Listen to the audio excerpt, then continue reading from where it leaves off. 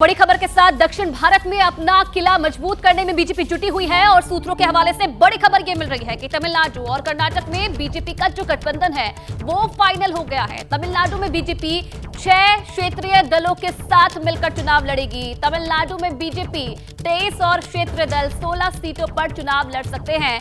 वहीं कर्नाटक में जेडीएस के साथ समझौता हुआ है। कर्नाटक में बीजेपी 25 और देवगौड़ा की पार्टी जेडीएस 3 सीट पर चुनाव लड़ सकते हैं। नीरज पांडे इस खबर पर और ज्यादा जानकारी देंगे। नीरज, क्या और जानकारी मिल रही है? गठबंधन का जो फॉर्मूला है वो लगभग तय माना जा रहा है।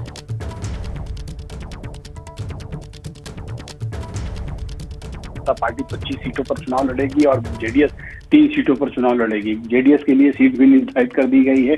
कोलार, हासन, मांड्या, ये 3 ऐसी सीटें हैं जो वोकालिंगा समुदाय से बहुत डोमिनेटेड हैं। बहुत ज्यादा वोकालिंगा समुदाय के वोट बैंक है और माना जाता है कि जेडीएस की जो सबसे बड़ी पकड़ है वो इसी वोट बैंक पर है, वोकालिंगा और गौड़ा समाज में। तो भारतीय जनता पार्टी ने उनकी पुरानी परंपरागत सीटें कोलार, हासन और मांड्या, ये तीनों सीटें जेडीएस के खाते में दे दी है। और इससे पहले ही उनके देवेगौड़ा जी के जो दामाद थे मंजूनाथ को, उन्हें भारतीय जनता पार्टी के टिकट पे चुनाव मैदान में उतार दिया। तो भारतीय जनता पार्टी और जेडीएस के बीच में कर्नाटक में गठबंधन फाइनल हो गया है। फार्मूला भी तय हो गया है।